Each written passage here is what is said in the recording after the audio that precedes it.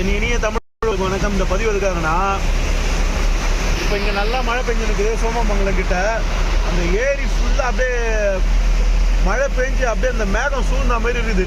சூப்பராக இருக்குது கிளைமேட்டு. நல்ல மழை பெஞ்சுன்னு இருக்கு பாருங்க. செம கிளைமேட்டு.